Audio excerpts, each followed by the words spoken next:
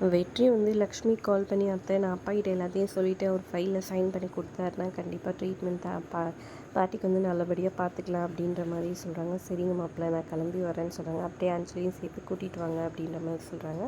Okay ஓகேன்ற மாதிரி இவங்களும் வந்துட்டு இது பண்ணுறாங்க. இங்கே அஞ்சலிக்கு வந்து மகேஷ் கிட்டேருந்து மருந்தெல்லாம் வந்துட்டு கொடுத்து அனுப்புகிறாங்க அவங்க ஆளுங்க மூலமாக. உடனே வந்துட்டு அஞ்சலிக்கு கோவப்பட்டதை தூக்கி எறிஞ்சு மரியாதையே இங்கேருந்து போயிடுங்க, இந்த மாதிரி எடுத்துகிட்டு வராதிங்கன்னு கோவப்பட்டு திட்டி விட்டுறாங்க. ஒரு பக்கம் எப்படி இருக்க, இன்னொரு பக்கம் வந்துட்டு லக்ஷ்மியும் நம்ம அஞ்சலியும் கிளம்பி போகிறாங்க.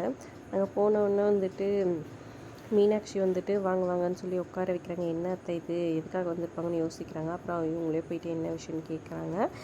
அப்புறம் வந்துட்டு இந்த மாதிரி இதுவுக்காக வர சொல்லியிருந்தாரு அப்படின்னு சொல்கிறாங்க. அப்புறம் வெற்றி வராரு. வெற்றி வந்தோடனே அவங்க அம்மா நல்லாவே நடிக்கிறாங்க. எப்படி இருக்குங்க சம்மந்தி அப்படி இப்படின்னு சொல்லிட்டு முதல்ல அவங்கள பார்த்துட்டு பேசாமல் கூட இருப்பாங்க. அதுக்கப்புறம் கரெக்டாக அவங்க அப்பாவும் வெற்றியோட அப்பாவும் வந்துடுறாங்க. வாங்கம்மா, எல்லாத்தையும் வெற்றி சொன்னோம், நான் எல்லாம் ஏற்பாடு பண்ணிட்டேன், ஒரு 10 நிமிஷம் இந்த டாக்குமெண்ட் ரெடியானோடனே சைன் பண்ணி கொடுத்துட்றேன், வெயிட் பண்ணுங்கன்னு சொல்லிவிட்டு அவர் போயிடுறாரு. இவங்க வெயிட் பண்ணிகிட்ருக்காங்க. இவங்களை எப்படியாவது அசிங்கப்படுத்தணும்னு வெற்றியோட அம்மா யோசிச்சுட்ருக்காங்க. வெற்றி ஃபோன் வருதுன்னு வெளியே போயிடுறாரு. அந்த கேப்பில் வேறு 2 பேர் வந்துட்டு தன்னோட ஹஸ்பண்டுக்கு வேலை வேணும்னு சொல்லி ஐயாவை பார்க்கணுன்னு சொல்லி கேட்குறாங்க. அவங்களுக்குலாம் வேறு வேலை இல்லையா, இப்போ பாரு வீட்டு தேடி வந்துடுவாங்களா, அவங்களுக்கு கூச்சமாக இல்லை அப்படி இப்படின்னு சொல்லிட்டு ஒரு மாதிரி பேச ஆரம்பிச்சிடுறாங்க.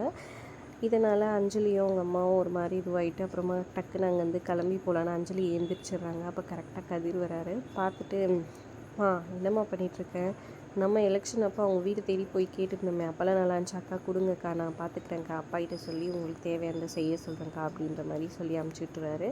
அப்புறம் அஞ்சலி, அத்தை எப்படி இருக்கீங்கன்னு சொல்லி கேட்டு என்ன விஷயம்னு சொல்லி கேட்குறாங்க. இந்த மாதிரி விஷயம்னு ஒன்று, ஏன் அத்தை என்கிட்ட சொல்லியிருந்தா நான் வீட்டுக்கே வந்து பண்ணி கொடுத்துட்ருப்பேன்ல அத்தை, சரி விடுங்க அப்பா வந்து பண்ணிவிடுவார், நீங்கள் இருந்து இது பண்ணி போங்க, அம்மாவை பற்றி தான் தெரியும்ல, நீங்கள் எதுவும் தப்பாக எடுத்துக்காதீங்கன்ற மாதிரி சொல்லி இது பண்ணிடுறாங்க. அவங்க எப்பவுமே அப்படி தான் சொல்லிவிட்டு அப்புறம் இவங்க வெயிட் பண்ணிகிட்ருக்குறாங்க. கரெக்டாக வந்துட்டு வந்து சைன் பண்ணி கொடுத்துட்றாரு. அப்புறம் வெற்றி துளசியை பார்க்கணுன்னு, துளசிக்கு தான் கையடிப்பட்டிருக்கேன்னு மீனாட்சி சொல்ல, என்னது கையடிப்பட்டுச்சா, என்ன சொல்கிறீங்கன்னு சொல்லிட்டு அவங்க அம்மா பார்த்துட்டு, ஒன்றும் இல்லை சின்ன அடி தான் அப்படின்னு சொல்கிறாங்க. அப்புறமா ரூமுக்கு போய் துளசியை பார்க்குறாங்க.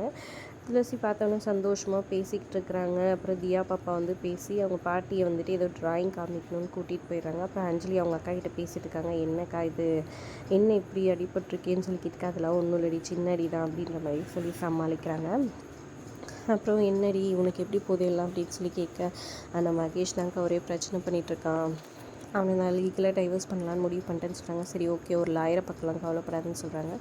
சரிக்கா நீ வளையல் கழட்டி விட சொல்கிறாங்க. வளையலும் கழட்டி விட்றாங்க. சரி வா குளிக்கிறதுக்கு ரெடியாகு, நான் அவனுக்கு சாரியெல்லாம் கட்டி விட்றேன்னு அஞ்சலி வந்துட்டு ஹெல்ப் பண்ணுறாங்க. அதுக்கப்புறம் 2 பேருமா சேர்ந்து லாயரு போய் பார்க்குறாங்க. அவங்க ரொம்ப நேர்மையான லாயரு, ஏழைங்களுக்கு கூட வந்துட்டு பணமே இல்லாமல் கூட வந்துட்டு நேர்மையாக நம்ம பக்கம் உண்மை இருக்குதுன்னு தெரிஞ்சால் கண்டிப்பாக நம்மளுக்காக வாதாடுவாங்கன்னு சொல்லிட்டுருக்குறாங்க. அப்புறம் அவங்கக்கிட்ட போயிட்டு இந்த மாதிரி நடந்துச்சு, என்னோடய ஹஸ்பண்ட் இந்த மாதிரி கொடுமையெல்லாம் பண்ணாருன்ட்டு எல்லாத்தையும் அஞ்சலி வந்து அழுதுகிட்டே ஃபீல் பண்ணி சொல்லிட்டுருக்குறாங்க. அதோட எபிசோட் முடியுது. தேங்க்ஸ் ஃபார் வாட்சிங்.